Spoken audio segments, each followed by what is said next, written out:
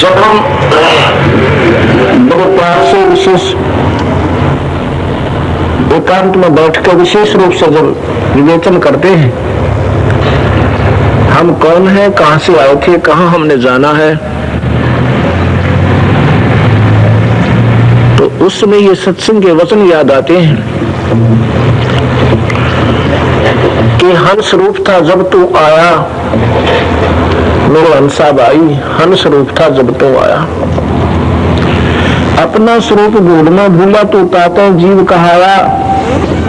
गिरिदास जी कहते तू कौन कहां से आन फंदा, देखो आग बुरानी क्यों जलता। गिरिदास जी महाराज आगे कहते हैं कि सब जग जलता देखिया अपनी अपनी आग।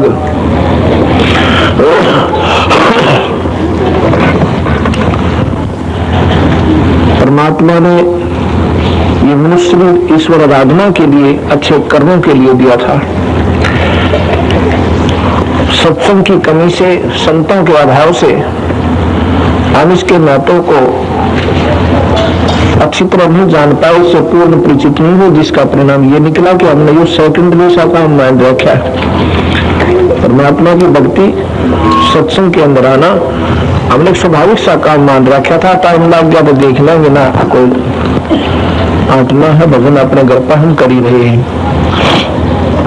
ये तो बिल्कुल सही बात है कि भजन तो हम घर पे भी कर सकते हैं, लेकिन सत्संग फिर भी जरूरी है।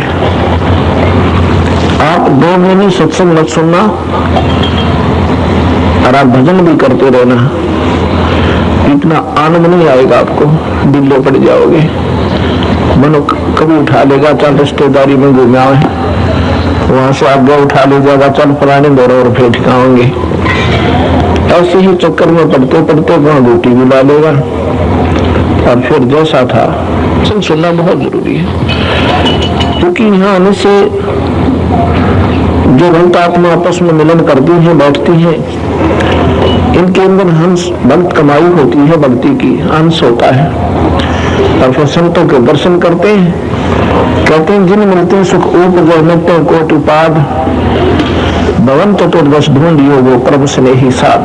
आप रिश्तेदारी में जाते हो, आपकी लगन भी होती है, आपका प्यार भी होता है सुनने, और खुशी भी होती है उनसे मिलकर, लेकिन वो खुशी थोड़े से समय की होती है। फिर मन माना वो ऐसी प्रॉब्लम कर दे आपका, आगे करने दोगे ना करने दोगे, अपनी भी नींद खराब और आपकी भी, कई दिन भजन बिगड़ जा। तो केवल यही एक स्थान है जहां पर जीव को अगर थोड़ा बहुत सुख इस मृत लोक में है तो सत्संग में है, ना कहीं नहीं है। कबीर साहब कहते हैं राम बुलावा भेजिया, अपने ऊपर आप ही भगवान आप ही पाठ कर रहे हैं एक दास का। राम बुलावा भेजिया बुआ कबीरा रो, और जो सुख है संत के संग में वो स्वर्ग में नहीं हो, वो स्वर्ग में नहीं हो सकता। जहाँ आनंद है वो स्वर्ग में भी नहीं है, ये बात तुलना कर लेना, वो स्वर्ग की चीज होगा। तो इस प्रकार सत्संग में आना बहुत जरूरी हो से। गिरिदास जी अंत में कह देते हैं कि दास गिरि मिटे सब रगड़ा, और करो साध सत्संग में। फिर सत्संग की कमी के कारण बताते हैं कि भीड़ पूछ को पंडित पकड़ा, भादो नदी भी होगा, गिरिदास वो भवजल डूबे नहीं साध सत्संगा। पंडित, ये कथित पंडित अगर होगा वो जीव को गलत मार्गदर्शन नहीं करता। ये कथित पंडित होते हैं, जैसे नाम वैद का, फीत लाली वैद की परंपरागत फीत होती है, एक परंपरागत एक वंशावली के आधार पर, भाई डंडू राम वैद, फिर फलाना राम वैद, कृष्ण चंद्र वैद, वो वैद तो है नहीं पर पीछे जरूर लगा दिया। क्यों लगा दिया? क्योंकि उनके पूर्वज वैद थे, और वो फिर लगातार 1-2 पीढ़ी वैद्यों की अच्छी चल पड़ी, तो उनके सबको वैद ही कहने लगे, उनका सरनेम हो गया।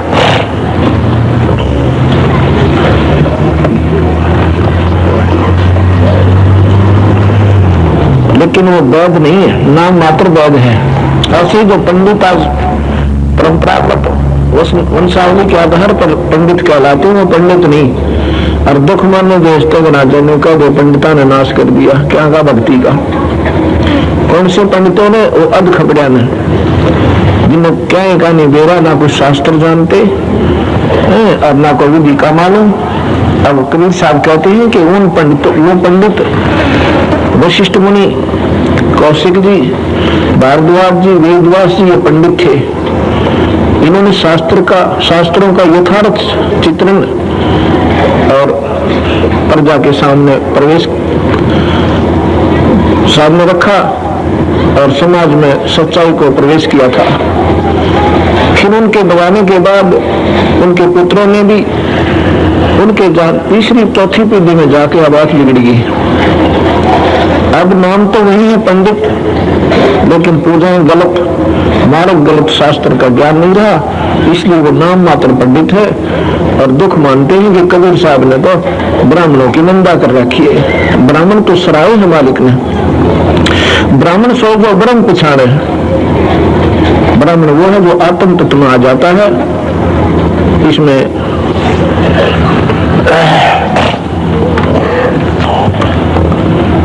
गीता जी ने पंडित की परिभाषा बताई है कि भाई पंडित वो होता है जो आत्म तत्व में आ जाता है, उसको हर जीव को ईश्वरीय, हर जीव के अंदर ईश्वर दिखाई देता है उसको। वो फिर नफरत नहीं करता, छुआछात नहीं मानता, वो जाति मजहब के अंदर नहीं उलझता।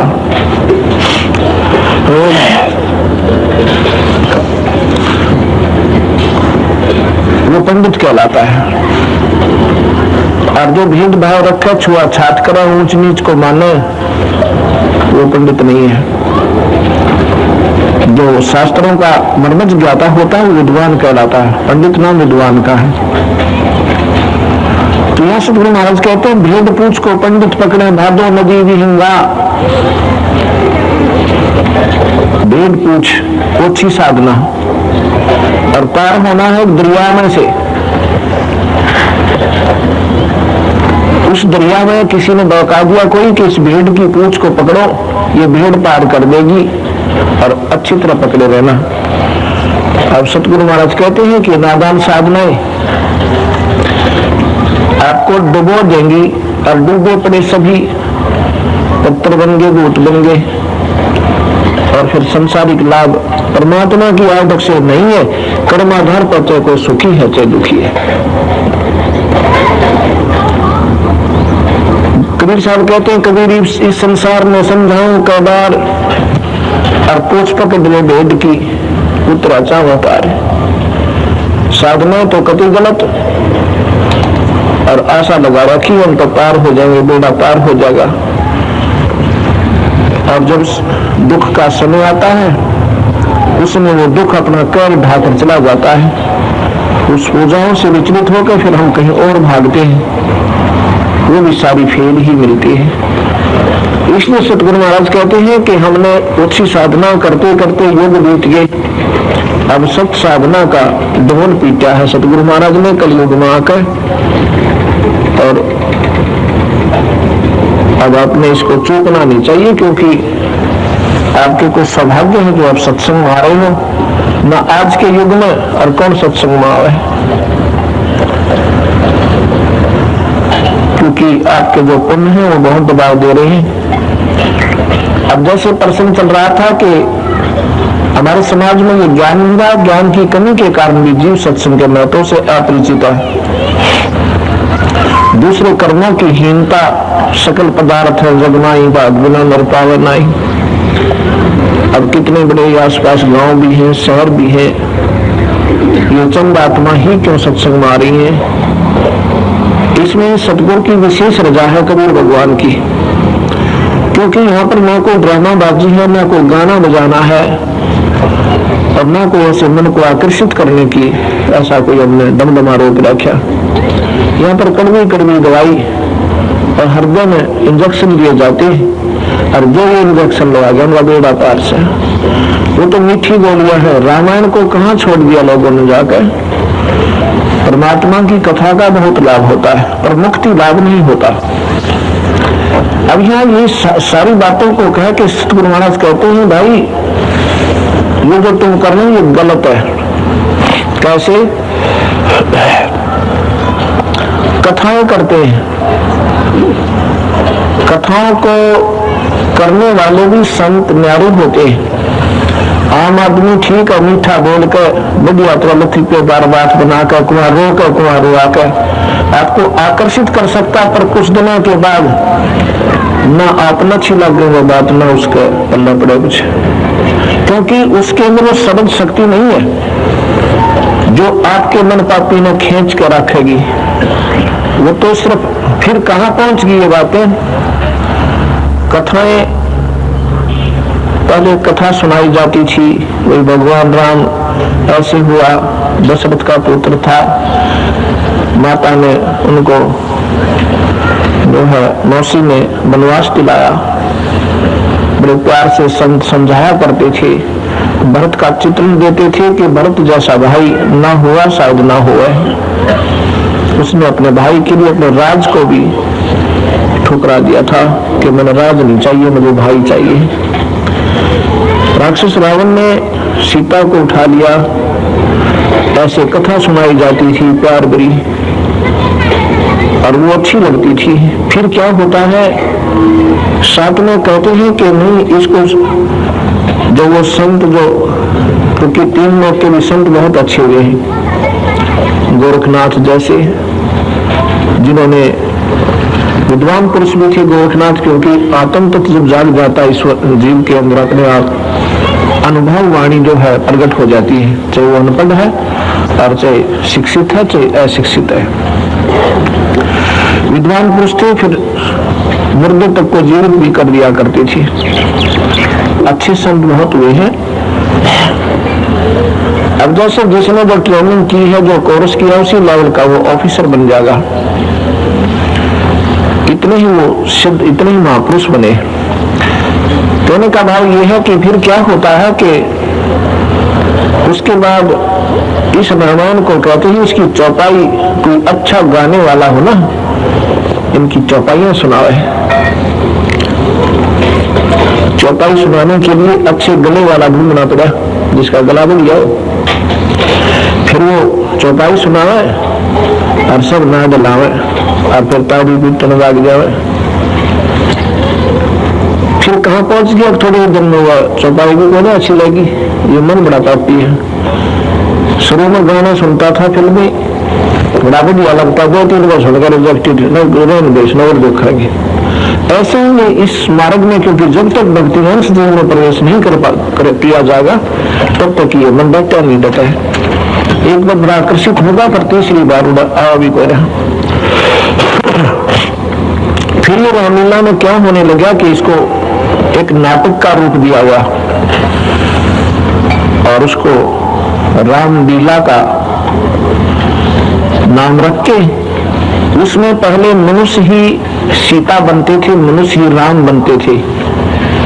कुछ दिन तो वो ढूंढवा चाला, कुआ गांदे, कुआ नाचते, कुआ फिल्मी गाने पे, उन तभी मन को ना डटा डटा। फिर कहते हैं नहीं ऐसे नहीं, लड़कियां बनाओ। उसमें जिसमें लड़कियां नहीं इस पाठ को किया करती थी, उसमें रामलीला के अंदर विशेष लड़कियां दिल्ली से लाई जाने लगी, और फिर वह रामलीला बढ़िया लगी। वह रामलीला बढ़िया ना लगी थी। उधर से सीता था थी, सीता को उठा लेगा रावण। रावण का रोग दिखाते हैं कि रावण शराब पी रहा है और कहता नाचने गाने वाली लाओ। उन व्यक्तियों बात ये आप बकवास सुनूंगा जी करा था, नाम राम का रावण का ले रहे थे, तो लड़कियां नाचती हैं, रावण दारू पीवे। रामलीला की तो सांग लीला हो गया था। तो थोड़े से दिन पाछे फिर यह भी फेन हो जाएगी। फिर कहते हैं जो अच्छे पैसे देता है उसकी कुर्सी गढ़ थोड़े लगी पाछे। ये ड्रामेबाजी अंत में एक नाटक का रूप धारण कर दी, कथा नहीं रही। ये स्थिति हम यहाँ नहीं आने देंगे, क्योंकि यहाँ पर वही व्यक्ति आएगा जिसका दर्द होगा भीतर में, फिर वो हटा नहीं हट सकता। अंतःकरण में जब कसक बनेगी वो जीव सत्संग में आ सकता है, और वही सत्संग में न आ सके ड्रामेबाजी उतारो को डांगर को डांटने थोड़े से दिन तो क्या करेंगे फिर, और अपने अपने शकीन बनाओगे। नहीं होना चाहिए था सत्संग में, नहीं होना चाहिए था, यहाँ तो केवल रोना चाहिए था और न को वो सुनना चाहिए था, वो सफलता देगा आपने। बस तीसरी बात या मन में नहीं आनी चाहिए अगर जीवन सफल चाहते हो। चाहे रेत में बैठे और चाहे टोक में इतना खान में और चाहे हलवा मिल जाए, तेरी रजा मालिक है। क्योंकि मन पापी को रोकना है। सुविधा आपके घर में सबका है, डबल बेड भी होंगे, मोटे मोटे गद्दे भी हैं, बढ़िया रजाई भी हो, रखू और डर मस्ती मारो। पर यहाँ तो जो मिल जाए उसकी रजा, ना मिला उसकी मौज। क्योंकि मन पापी को नरमाना है। अब ये यहाँ पर भी बखरे चाह फिर क्या ये भक्ति करेंगे, ये नहीं कर सकता मन। करने को अंदर डबो का मानेगा। या तो जैसी सुविधा मिल जाए थोड़ा अपना बैठ कर भजन करे और सत्संग की इंतजार करे तो जीव सफल होगा, नहीं तो नहीं होगा। तो ऐसे ही ये कथाएं जब चली थी, फिर इसका पैसे का धंधा बन गया, क्योंकि वो महापुरुष कथा करते थे और भावुक होकर पैसे भी दुनिया चलाती थी। तो वो महात्मा लोग अपने ढंग से प्रयोग करते थे। जो पंडित थे पहले, वो अपने घर के लिए, क्योंकि रोजी रोटी नहीं थी, थोड़ा सा प्रयोग करते थे, बाकी भंडारा कर दिया करते थे। उनको वो दोष नहीं लगता था। फिर वो कथाएं उद्देश्य बन गई केवल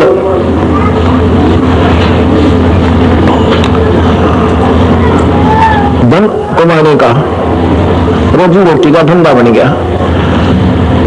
तो एक जैसे थोड़े से दिनों में इस कथा में करणीय बहुत हो जाएंगे। जैसे पंजाब के अंदर एक बार हम जान लग रहे तलवंडी भाई, वहां इसमें संगरूर में एक मोड़ का ऊपर गार्ड का टेंट और उड़ो ग्रंथ साहब का पाठ करने लग रहे, कति बेचारा बराबर में एक साइड सी में सिर्फ नो को उड़ो नीचे डे और वो बनेगा लड़चाल। तो ये स्थिति आ जाएगी आखिर में ये, क्योंकि बहुत अनमोल चीज है, इसमें आनंद आता है और कथा का रूप लाभ आपको उससे मिल जाएगा। लेकिन वो भी कथा बिना गुरु के आदेश के, बिना गुरु के हुक्म पर और गुरु के बिना नहीं करवानी चाहिए। वो भी आपको लाभ नहीं देती। पर हम इतना ज्ञान हमें होता नहीं, सत्संग सुन नहीं पाते, ये ड्रामेबाज लोग आखिर में ये स्थिति एक बार ले आऊंगे। क्योंकि अब थोड़े से दिन बाद से लोगों का आंख में लोग ग्रंथ साहब तुम्हारे पाठ करते, चार बात सीख लेंगे भगवान जोगी, और फिर ये हो सकता है घर घर में पाठ आप करना चाहिए, क्योंकि हम आपको आदेश देते आप पाठ करो, अपने आप सुन, हमारा आदेश आपको। एक बार अपने ग्रंथ साहब को पढ़ ले, धीरे धीरे फिर उसका भोग लगा ले। दो चार घंटात्मा 10 किसी इकट्ठी हो, उनको कर भी लो, भंडारा कर ले। लेकिन मूल लाभ होगा जब हम कहेंगे ऐसे पाठ कराने का। जैसे रोजाना हम अपने घर जोत लगाते हैं, आरती करते हैं, और कोई भक्त आत्मा है उसने रोटी खाना जरूर, चाहे कोई भी रात सालता भी हो, रोटियां नहीं लाता है। ये अपना नियम बना ले, बेशक हम शहर में रहे चाहे गाँव में रहे, रोटियां मना नहीं करा। चाहे कोई भी आ जा मांगनिया पैसे मांगने के लिए आता है, उसको मना कर दे ना भाई पैसा नहीं, रोटी खा ले देख। तो ये जरूरतमंद है, उसको कपड़े की आवश्यकता, उसका सिलवा दो। और इस तरह अपना कोई खेस कंबल की आवश्यकता है उसको दे सकते हो, लेकिन पूरी व्यवस्था देखकर, नहीं तो कंबल में जानते बेचेंगे, उन तो पौवा दिखा है कंबल में दिखता। तो वो नीच आत्मा जो है आप भी डूबे और आपके सामने भी रह करके पैसे ले जाएंगे। तो वो भी कोशिश करे, अवॉइड करे। तो प्रसंग वो चल रहा है कि पंडित जन इसको फिर रोजी रोटी का धंधा बना लिया। एक ने रामायण की कथा करी, 30 दिन में पूरी करी। अकोलना तो रोजाना 10-20 टाँगेंगे, पहले बहुत पैसे की शॉर्टेज थी, 30 दिन लगेंगे एक कथा में। और भाई उस 30 दिन में उसको कुल 30 रुपये आए। 30 दिन में 30 रुपये आए। माथे का हाथ मारा, बता भाई 30 दिन तक हमने कथा करी, अच्छी दुनिया डूबी। और उसमें क्या होता है कि बदमाश लोग, नादान आत्माएं शुरू से हर जगह होती रही है। उसी गांव में जिस दिन उसने कथा का भोग करना था पंडित जी ने, उसी दिन वहां गांव के चंडाल से आदमियों ने सलाह बना ली कि एक नाचने गाने वाली लाएंगे, और उस दिन वो सांग रोक दिया जिस दिन उसका भोग लगना था। उसको तो 500 रुपया आ गए 2 घंटे में, और मनीराम पंडित जी का 30 रुपये। वो फिर गरीबदास जी के सामने जाके रोता है, आओ पंडित जी कैसे आना हुआ? क्या आना हुआ जी? नाश जा दिया दुनिया का। की बात होगी भाई? रुझान से बोला था, बस के बताओ जी, दुनिया कति डूब गई। और मुंडा वो करो बैठा, रोटी भी ना खा भाई, खाना खा ले वो कोई ना।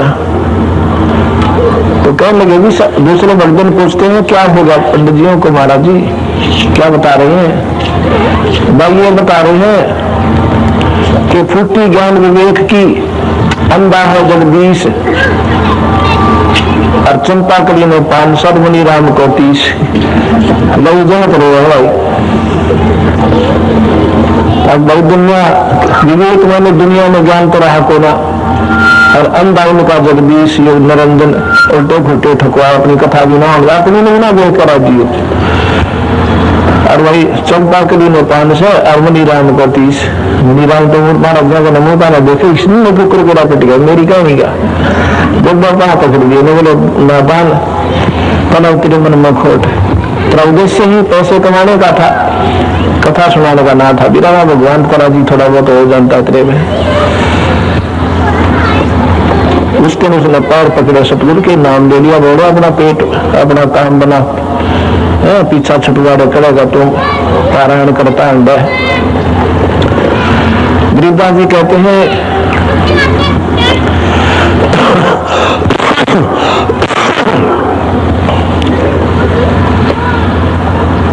पारायण करते फिरते हैं घर घर घूम गवार, और जीव मुक्त के होंगे आप नहीं दीदार। पारायण करते अंदर है, दुनिया में पार करते फिरते हैं, कथाएं करते, पारायण कथा होती है। अगले इसमें करवा दूं उसका बेड़ा पार से। अपने आप का तो पीछा नहीं छूटने वाला, और दूसरा ना पारायण करते आंडो। तो सतगुरु महाराज कह रहे हैं कि भाई इस नादान साधना त्याग कर जीव अपना मार्ग पर चलना चाहिए।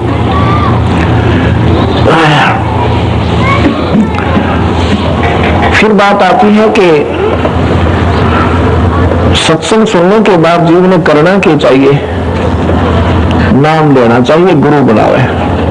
जैसा क्योंकि हर संत ने हर ग्रंथ में गुरु के ऊपर इतना महत्व दिया है, क्योंकि शुरुआत यहाँ से होती है।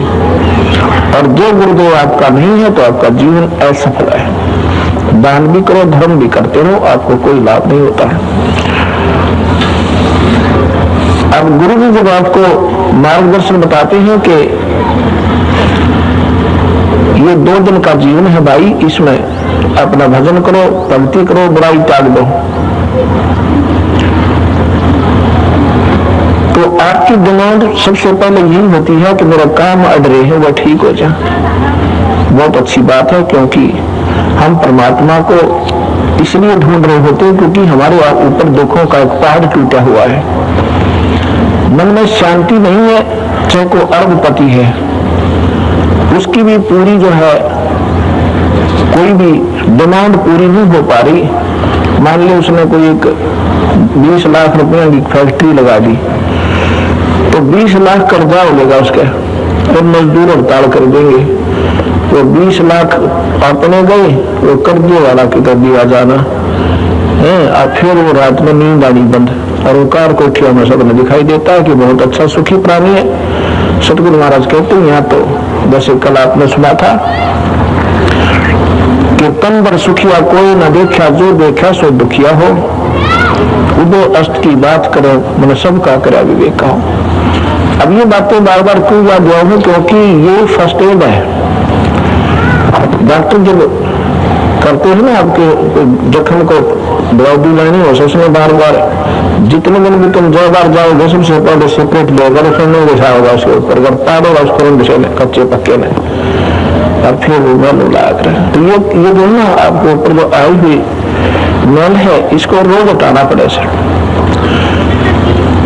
गाता बात सब जग दुखिया के गृहस्थी बैरागी हो, सबको घाटा बाधे, सबको चिंता बनी हुई है। ज्यादा धन हो जाता है जीव बना दुखी,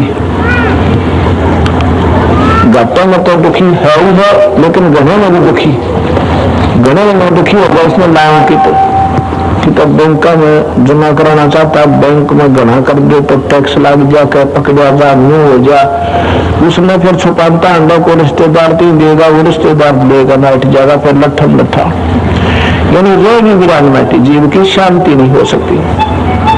फिर कट्टे वाला आपको दुखी, जिसमें नुकसान हो गया, तो ये चाहे गृहस्थी इंसान है चाहे बैरागी, यानी जिसने अपने नारे आश्रम बना लिए, वो रात में नींद आना आश्रम में नहीं, कोई ना बना आश्रम में नहीं रह गया। तो ये आश्रम जो है जिनके जो संत की जान के दुश्मन होते हैं, लेकिन उनके नहीं जो शब्द गार्ड जो मिलाता को ना ही संग, जिसने अपने अभ्यास नाम का मतलब है, और ये भी बोला है करने वाला कोई हो रहा है, आप तो सुख के दम दमा कर रहे हैं, उसकी रजा से सब होगा। फिर उसकी आस्था उस आश्रम में ना होगा, अपने नाम और अपनी क्रिया में बनी रहती है, उसको बाधा नहीं होती, बल्कि वो कल्याण का स्थान बन जाता है वो आश्रम, और उसमें मालिक का हाथ होता है। अगर हम अपने सर पर लेकर स्वयं अंड पर्ची काटता, मैंने दिए 100 रुपये, 50 रुपये दिए, तो 100 देने चाहिए थे, तो वहां परमात्मा साथ नहीं देता, लेकर तू देख कितना मांग लेगा। बिन मांगे मोती मिले, मांगे मिले ना भीख, और मांगन से मरना भला, यही सतगुरु की सीख। तो इसी प्रकार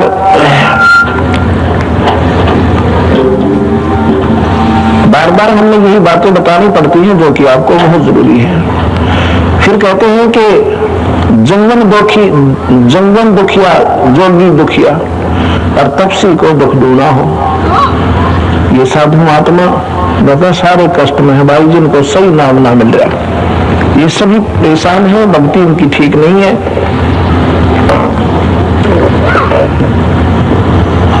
ऐसा कृष्णा सब में वाता कोई जीव नहीं सुनना हो, सब में कोई न कोई उनके लिए प्रेरणा ऐसी बनी रहती है, जिसके परिणाम स्वरूप वो केवल उसी पर आधारित होकर अपना जीवन खो देते हैं।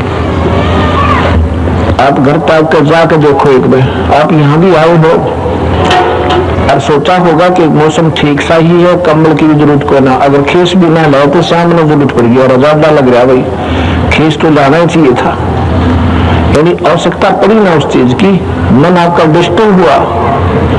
ऐसे ही हर चीज की फिर रोटी भी चाहिए सामना। गरीबदास जी कहते हैं कि घर में छोड़कर चले गए बाजार, उसमें जंगल में, और सामने लागी भूख, और सर्दी आई, जब सर्दी ने भीगी बांधी, तो सारी व्यवस्था करनी पड़ी, जो फड़ी भी डाली को रजाई भी भरवाई, ना कंबल लिए 2-3, और क्या करते थे, आग बाड़ी या वास्तव ना वापस धोने का रूप बन गया हुआ आगे, बालत करके डरते, कोई जंगल में रहना, जंगली जानवर आगे के पास नहीं आते, क्योंकि उनको इसमें एक होती है ना दावानल, एक जंगल में आग लग जाया करे, उसको उनको डर होता है, वो आग उनको खत्म कर देती है, जंगली जानवरों को मार दिया करे, इसलिए अग्नि से नहीं पड़ते हैं। शेर चीते सब आग के नजदीक नहीं आते। एक तो कारण वो नहीं था कि जंगल में जाकर आग का बंटवारा रखते सारी रात, जंगली जानवर नजदीक ना आते, मच्छर माखी डांस ये उठ जाते, उनका बीच में बैठ जाया करते। ये भी ड्रामाबाजी होगी, गांव का गोरा ला का भट्ट 4 चौकर देगा, हर बीच में बैठ जाएंगे। तो सतगुरु महाराज ड्रामे आ गए, वो भी गलत थे जिन्होंने शुरुआत की कैसे, और ये तो 100 के 100 गलत। वो तो चलो अपनी प्रोटेक्शन करके थोड़ा बहुत बदलने की चेष्टा करते थे, ये सिर्फ लोग दिखावा कर उनकी खातिर कभी सड़क का सहारा बैठेंगे। तो ये साधना गलत बताई सतगुरु महाराज ने, ये हानि करती है। दम करे डोंगर चढ़े अंतर जीने झूल, और जब जाने बंदगी करेंगे वो में सूल बबूल। दुनिया तुम्हें सोचे भक्त आत्मा बहुत अच्छी भक्ति कर रहा है, लेकिन ये तो अभी तुम्हें कहते बोल रहे हैं इनकी भक्ति श्रेष्ठ नहीं है, ये शास्त्र के अनुकूल नहीं है। गलत क्यों हुई? क्योंकि शास्त्र के अनुकूल नहीं है। और शास्त्र के अनुकूल जो साधना प्राणी करते हैं, वो गीता जी में लिखा है, वो राक्षस वृत्ति के लोग हैं। अब हमें क्या करना चाहिए? गुरु के ऊपर बात आती है, फिर आगे बताते हैं कि सच कहूं तो जग ना मानो, झूठ कहीं ना जाइयो, और सच्ची कहूं तो कोई मान करा जीना। और झूठी मैं नहीं कह सकता, क्योंकि झूठ तो पहला बूंदा उठ गया तो तेरी छुपा रखी लोगों ने। ब्रह्मा विष्णु और ये शिव जी दुखिया जिन्हें राह चलाइयो, ये ब्रह्मा भी दुखी और विष्णु भी दुखी, शिव भी दुखी। जैसे कल कहानी बताई थी, भगवान राम सारी उम्र दुखी रहा, सारी उम्र। कैसे दुखी रहा कि पहले तो सीता वनवास हुआ, सीता जंगल से उठी, लड़ाई रही 12 वर्ष, 14 वर्ष के वनवास जीवन में 12 वर्ष तो युद्ध करना पड़ा। युद्ध तो घंटे 2 घंटे करवा लिया आदमी ने, और 12 वर्ष लड़ना पड़ा उस भगवान ने अपनी सीता छुटवाने के लिए। उसके बाद सीता जी की परीक्षा लेकर घर ले आए, अग्नि परीक्षा, आग में बैठा दी। अगर तुम निष्कलंक है राम के पास रहकर तो आग नहीं जलेगी, आग में अग्नि में। अगर ऐसा नहीं है तो तुझे आग भस्म कर देगी। भगवान ने स्वयं ये सोचकर परीक्षा ली थी। वह आग में भी बैठ गई बेचारी, नहीं जली, प्रसन्न होकर घर ले आए।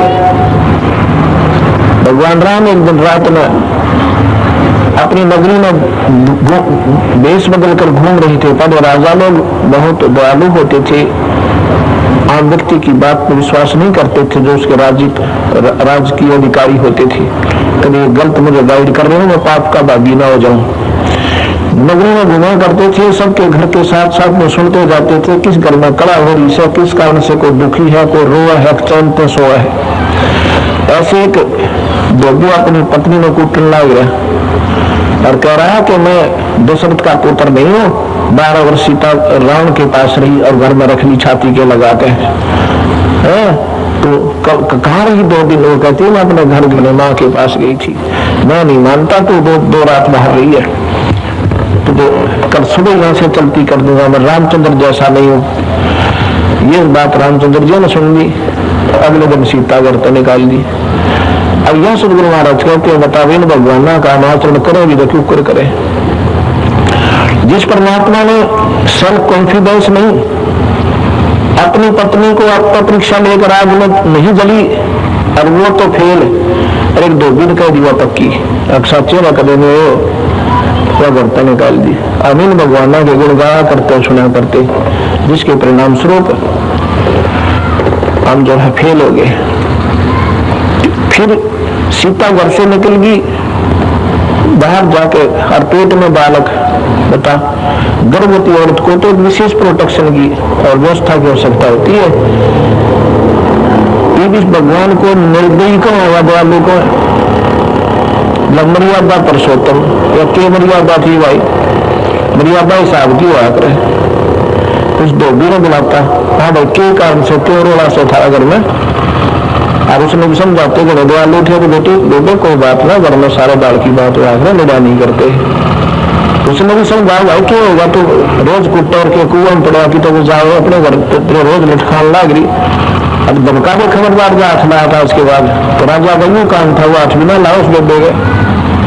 उसके प्रतिफल में आया तो मुकदमा में ले लिया, वो घर पे काट दी सीता। पेट में बालक, वह बेचारी पड़ती उठती है। शुक्र ऋषि लोग वहां पर सोते थे, वहां जाकर वाल्मीकि कुटिया का पड़ जाती, बेहोश हो गए, पैर टूट जाए, तो घर को चाला घर छोड़कर, जरा सी बात नहीं होती, आदमी छोड़कर चाल के देखो। कुछ तो चिंताएं अपने आप को कोसती हुई देखे मुंडे कर्म, वनवास हुआ, वनवास में रावण ठा ले गया और सारी उम्र रोक 14-12 वर्ष रोक काटे, और एक घर वियोग, पति वियोग, अब मैं चिंता करके वहां गिर गई।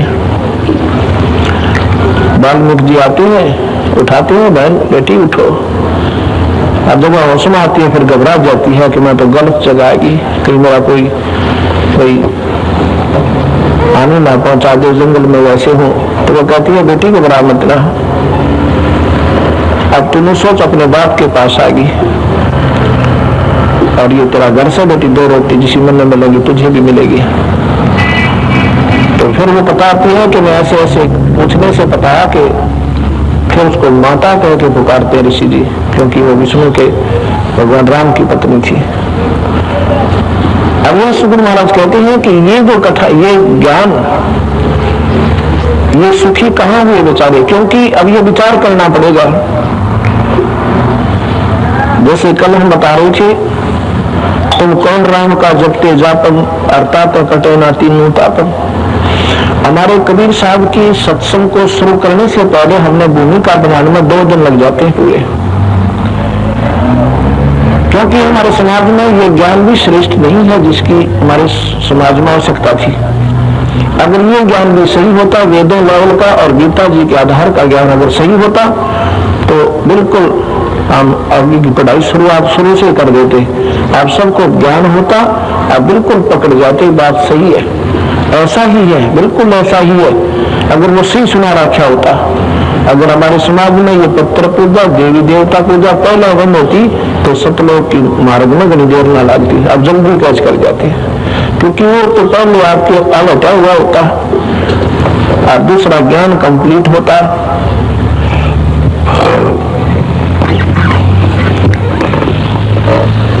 तो इस प्रकार यहाँ पर ये परमात्मा कौन राम का जपते जापन, अर्थात कटे ना तीनों तापन। भगवान राम को ये सारा गुण इतना दुखी क्यों होना पड़ा, क्योंकि नारद जी ने विष्णु जी को श्राप दिया था। कैसे दिया था? एक बार, अब जैसे गीता गुण लिखा है कि अर्जुन तुम अब अपने मन में मार ले, इंद्रियों पर काबू कर ले, और भाई तो जीवन मुक्त हो जाएगा, तेरा बेड़ा पार हो जाएगा। अब सतगुरु महाराज कहते हैं कि देखो, ज्ञान गलत नहीं है गीता या वेद में, लेकिन उनका आचरण इन जीवों के बस का कोई ना, जो साधना उसमें मन मारण की बता रखी है। जो साधनाएं वेदों में और गीता में मन और इंद्रियों को काबू करने की वर्णित है, उनसे वो मन मरता नहीं और ना ही मर सकता। मन है काल, 21 ब्रह्मांड का मालिक है, ये स्वयं निरंजन है, और ये ब्रह्मा विष्णु महेश्वर ये जीव इसके नीचे बहुत निम्न सत्र के हैं, और उसी की साधना करके उससे बाहर कैसे हो सकते हैं? तो उससे तगड़े का आसरा लेकर और फिर वो अपनी शक्ति से हमें यहां से निकाल सकता है। इस काल में हमारे 5 राक्षस लगा रखे हैं। जैसे नारद जी के मन में वेद पढ़ कर मन में आ गई कि योगी अपना योग संन्यास योग लेकर कर्म सन्यासी बनकर और जंगल में जाकर अपनी साधना कर समाधि लाभ राक्षस ये 5 इंद्रियों को, कर्म इंद्रिय 10 इंद्रियां हैं वैसे तो, 5 कर्म है, 5 ज्ञान इंद्रियां हैं। ज्ञान इंद्रियों के आधार पर कर्म इंद्रियां प्रेरित हो चलाई जाती है। मुख्य ज्ञान इंद्रियां हैं, इनका प्रधान मन है। इस मन को और 5 इंद्रियों को अर्जुन मार ले। कैसे मार ले? अब साधना कर योग युक्त हो जा। कैसे हो जा? ओम का जाप कर, हवन करा कर, यज्ञ करा कर, बस। अब सतगुरु महाराज कहते हैं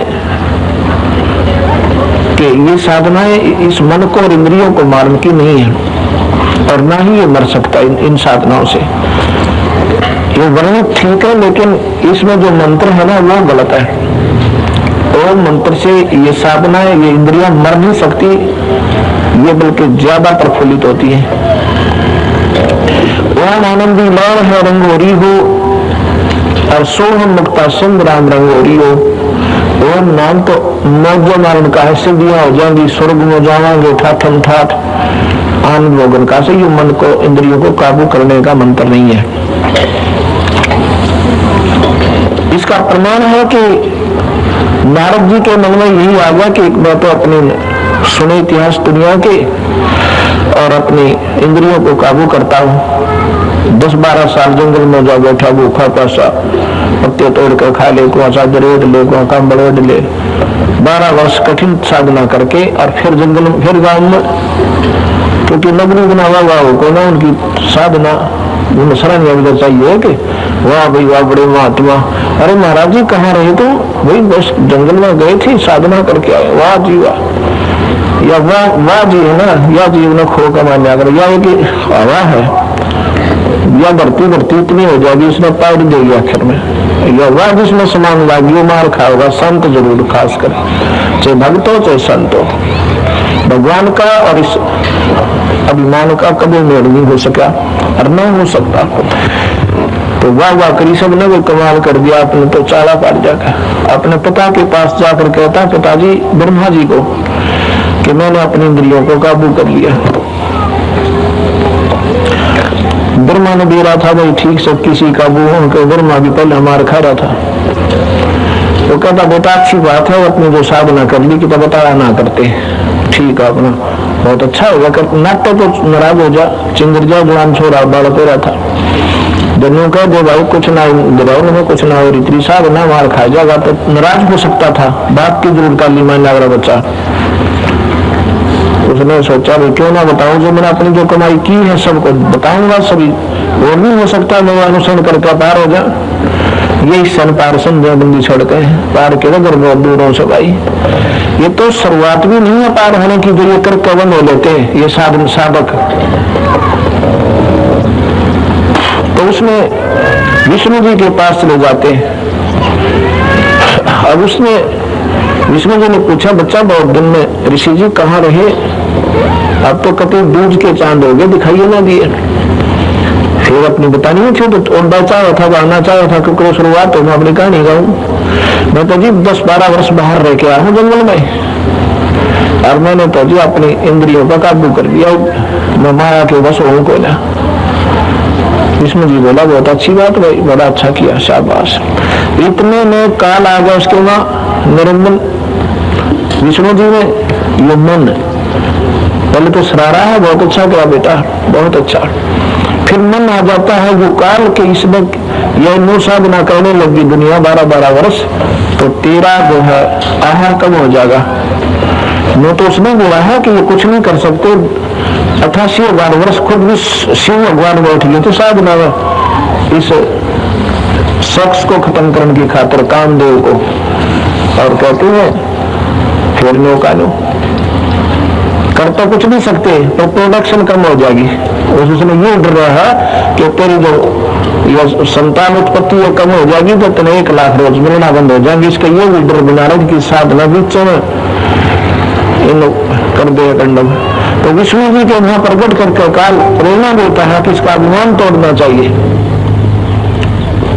विष्णु वो नारद जी तो उठकर आ जाते हैं, रस्ते में बहुत सुंदर महल बनाते हैं एक नगर, उसमें राजा की लड़की का एक सुंदर रस देते हैं अपनी माया पर। नारद जी नगर में जाते हैं और नगर में बहुत अच्छी बड़ी क्योंकि बाग टाइम तो सारे राजा की लड़की की शादी हो तो सारा नगर से मिला कर सबको सुविधा होती है, बहुत आनंद होते हैं। तो सारे शहर में खूब सफाई हो रही, हर जगह जगह वाह चर्चा हो रही। नारद जी उसके माँ का घूमे और वो बढ़िया बढ़िया गीत गाया करे, छोरी ब्याह में तर्जुमा करती है, काट दिया करे आप खिलाऊंगा करूंगा दोन दोन में कुछ ना ऊपर बोले कितना कित गा दिया करे। तो उसमें ये हो गया एकदम वो मन प्रेरणा पा गया। उसके मन में आता है कि भाई शादी में क्या बुराई है, गृहस्थ जीवन तो पिताजी कर रहे हैं, चाचा जी कर रहे हैं, और सभी ऋषियों ने शादी कराई है, शादी कोई बुरी नहीं होती, इसमें भी कोई शक नहीं है, क्योंकि गृहस्थ जीवन सबसे उत्तम बताया है। पर श्रेष्ठ साधना हो तो ना तो फिर पशु जैसे कर्म है कुछ भी करो। तो उसके मन में प्रबल प्रेरणा होती है कि पूछते हैं कौन है भाई, ये क्या हो रहा है? कि शादी, राजा की लड़की की शादी है, लड़की बहुत खूबसूरत है और ऐसी मेरा ख्याल परी उतरी हुई है, ऐसा समझो। और आज वो अपना मनचाहा वर पसंद करेगी। राजा लोग आए हुए हैं, आज स्वयंवर है, ठीक 11 बजे। इंद्र ने उसने नारद जी ने सोचा कि तेरे को लड़की ऐसे इस वेशभूषा में, इस शकल में पसंद नहीं करेगी, क्यों ना भगवान विष्णु से उनका रूप ले लूं टेम्परेरी, और शादी हुई पाछा उल्टा दे दूंगा। उसने ऐसा ही सोचकर बाहर जाके एक बनी में भगवान की आराधना करते, विष्णु जी प्रकट हो जाते। कहते कैसे याद किया ऋषिवर? विष्णु जी बोले, नारद जी कहते हैं कि भगवान मैं आपसे प्रार्थना करना चाहता हूँ, एक मेरी विनती है। गिड़गिड़ावा में कति हक देना हक बोल भाई की बात से। अब महाराज जी मैंने आज तक आपसे कुछ नहीं मांगा है, कोई बात नहीं मांगो, फिर आज मैं कौन सा मना करता हूँ? अपने वचनबद्ध हो जाओ, कई बात बिगड़ जाना हट जाओ। अच्छा बोलता था होगा, वचनबद्ध बोल के मांगा, वचनबद्ध होगा। मैं बोला जी मैं शादी करवाऊंगा और इस राजा की लड़की से करवाऊंगा, मुझे अपना रूप दे दो। तथास्तु भाई, तथास्तु कर दिया। उसका बंदर का मुंह ला दिया, बंदर का। हरि संस्कृत में बंदर को भी कहते हैं, हरि का रूप चाहिए मुझे। अच्छा लो भाई बंदर। अब नारद अपने मन में ये सोच रहे थे जैसा खूबसूरत आज कोई भी कहो जाके उसमें जाके मंडप लगा हुआ था, उस मंडप में बैठ जाता, कुर्सियों के ऊपर जचकर। लड़की आती है वरमाला हाथ में लेकर, नारद ने जो पार के लिए उसके ऊपर दुकड़ टुकड़ होगी, क्यों बात हुई? लड़की ने देखा नहीं के चक्कर है। वहां से उठा, दूसरी आगे एक सीट खाली थी उस पर जा बैठा, वहां से भी पार कर दिया। फिर देखता है बात तो बिगड़ गई, उस तो भी आगे जाकर कुर्सी में भी नहीं बैठा, खड़ा होगा। वह लड़की 10 कदम उल्टी होकर फिर आगे पार कर जाती है। फिर एक साथी वहां बैठा हुआ कोई राजकुमार को क्यों खेल था उस मालिक का, उसको दर्पण दिखाता है और शीशे में जब देखा हुआ अपना मुंह, अब नारद की सुई तो सो पर गई, खूब लाल होगा। अब देख इतने में भगवान स्वयं विष्णु आकर सिंहासन खाली था उस पर बैठ जाते और वह लड़की जो है उसके गले में वरमाला डाल देती भगवान विष्णु का, क्योंकि वो स्वयं लक्ष्मी थी। ये खेल कर रहे थे। अब देखा भगत जी कितनी साधना कर कहा उसकी परीक्षा पे ले जा, तो उसने वो उसको गुस्सा हो करके कहता चलिए तू सदा चलता रास्ते में मैं भी नहीं बख्शा, अब तुझे मैं श्राप देता हूं कि तू सारी जीवन अपनी पत्नी के वियोग में बिताएगा।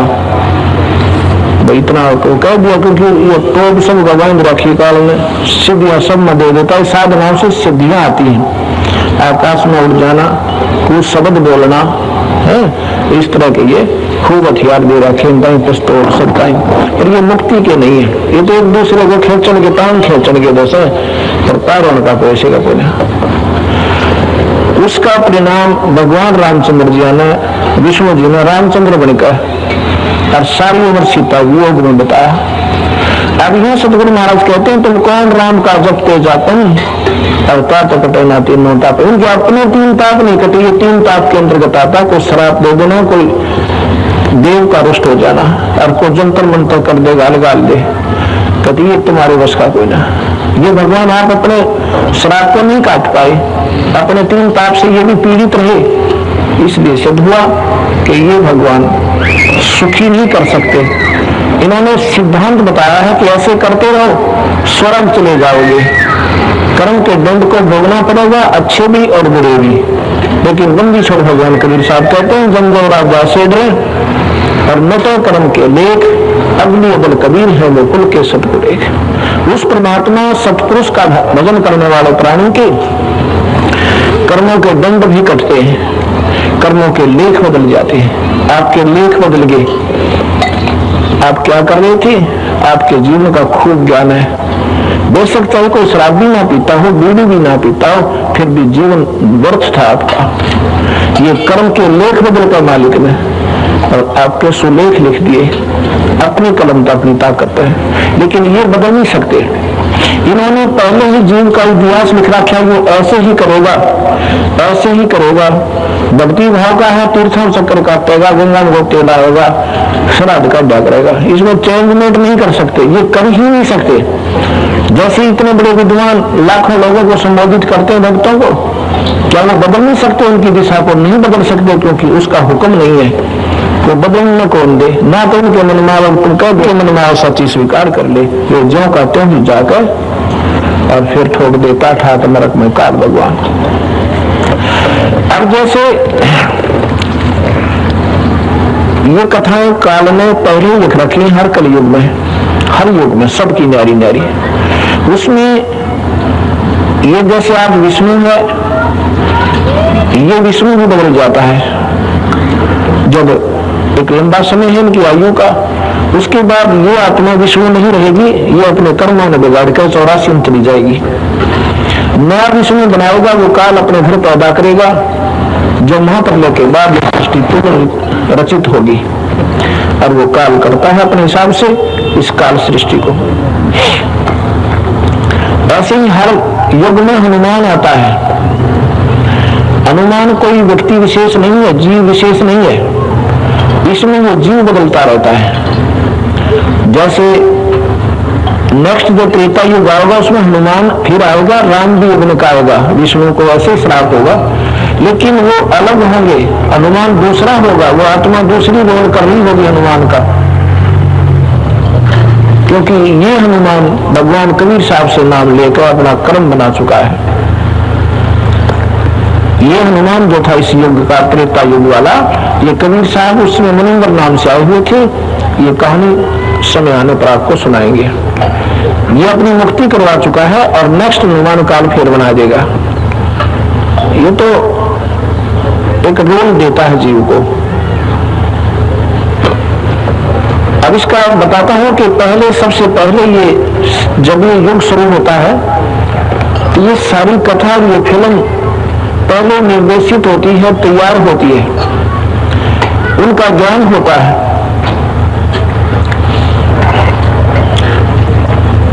जैसे मैं आपको बताता हूं, एक समय की बात है, ये प्रमाणित करने की खातिर कि इनमें फेरबदल नहीं हुआ। राम ने जो रोल करना था उसका पहले दे रहा था ऋषियों को। महर्षि वाल्मीकि जी ने 10,000 वर्ष पूर्व राम की जन्म होने तो ये सारी कहानी लिख दी थी, या रामायण की एक पूरी हिस्ट्री लिख दी थी।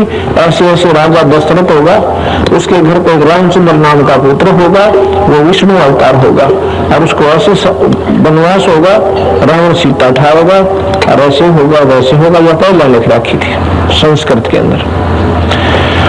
दूसरी बात यह है,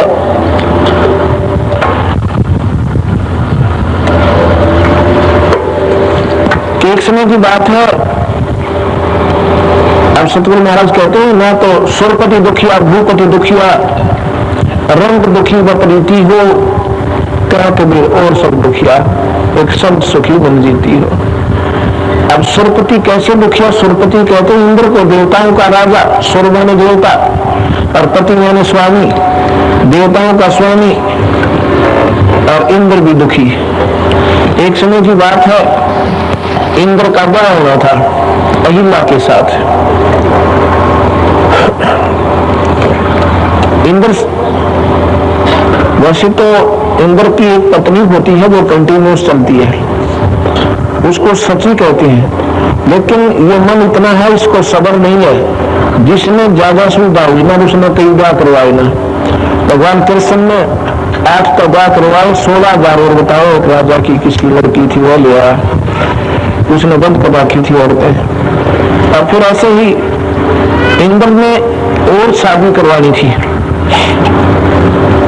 और उस दिन उसकी मंगनी होनी थी, टीका। और पंडित जी मुहूर्त का भाग रहे। अब ये सारी बात में दबा रखी है कि भाई ये मुहूर्त, ये घड़ी, ये समय, ये नक्षत्र, नून बाया नून, और जब वो ब्याह हो तो पार होना तो कति नहीं। अरविंद छोड़ कहते हैं, भाई ये ड्रामेबाजी से कर्म रेख टारी नहीं तरे, मेरे साधो भाई, कर्म रेख टारी नहीं तरे। वशिष्ठ मुनि से तत्वता योगी शोध का लगन बरे और सीता हरण मन दशरथ का वो बड़े बड़े राम फिर भगवान रामचंद्र जी का जो ब्याह हुआ धनुष तोड़ दिया, 2 दिन ब्याह को लेट कर दिया वशिष्ठ मुनि जी ने कि अभी लगन ठीक नहीं है, फलाने दिन परसों चौथे परसों तीसरे दिन इस मुहूर्त में इस नक्षत्र में अब ये ब्याह हो तो बात बिल्कुल सदा सुखी रहेंगे बच्चे। वो ब्याह भी कर दिया उसी नक्षत्र में, आशीर्वाद दे दिया सभी सदा सुखी रहो बच्चों। और फिर महा दुख हुआ। सतगुरु महाराज कहते हैं कि वशिष्ठ मुनि से तत्वता ज्ञानी शोध का लगन करे और फिर सीता हरण बन दशरथ का और बन राम पर ब्याह उनके कर टूट गया, बाप मेरा वनवास हो गया और वह सीता उठी, सीता हरण सीता का हरण हो गया। ऐसे ही जब ब्याह होने वाला सगाई होनी थी इंद्र की तो सभी देवता लोग वहां पर विराजमान थे। इंद्र का सिंहासन लगा हुआ था, इंद्र अपने सिंहासन पर बैठा है। उन्होंने देखा कि अभी तो वो लड़की वाले आ नहीं रहे। इंद्र अपने सिंहासन पर उठकर इतने में उनके गुरुदेव गौतम जी आ जाते हैं। इंद्र ने अपना सिंहासन अपने गुरुदेव को दे दिया कि बैठो गुरुदेव, क्योंकि इतना आदर करना होता है। आप बाहर नीचे लगी कुर्सियों पर बैठ जाता है आम देवों के साथ लगी हुई। उसमें इतने को काम हो जाए है वो घर अंदर चला जाता है अपने महल में। इतने में पंडित जी आगे देवता ये सारा दुखी करो फटाफट में बोला बस नक्षत्र निकलने वाला था, जल्दी से बताओ छोड़ा कि सारने मिंडिया करोड़ा आग देखा ना था, देखा ना बस मिनट 4 हो गए इसे गौतम को तलब कर दिया गुरुदेव को केंद्र के सिंहासन में बैठा था। अब गुरु जी का क्या होगा, सारे गुरु जी ने सोचा तो गुरु का आदर कर रहे होंगे ठीक सा पहला गुरु को विशेष आदर दे रहे होंगे, उसने न सोची तो सारा काम तलक होकर बाहर वो सब कुछ करके पंडित जी का बैठ गया। कोई पैसे करो भंडारा खोलो, इतने इंद्र आओ भीतर पे गुरु जी को क्या कराए बैठे। उन्हें सोचिया के कहानी बनी भाई। तो फिर कहते हैं वो देवता लोग कि जी आगे है लड़का, और पंडित जी फिर देखा नौकर का लड़का बात हो चुका, वह किसका कर दिया तो गुरु जी थे के लगभग जो होना था होगा मुहूर्त में फिलगी कुछ नहीं हो सकता। 12 साल को संयोग को ना 12 साल की किन्नी का संयोग को ना 1-2 दिन की हो चलो फेर बदल हो जाती। अब वो काट दिया टूटा इंद्र देखा मौका ना बा गुरु जी का ठीक है। अगला की शादी गौतम जी के साथ हो जाती है।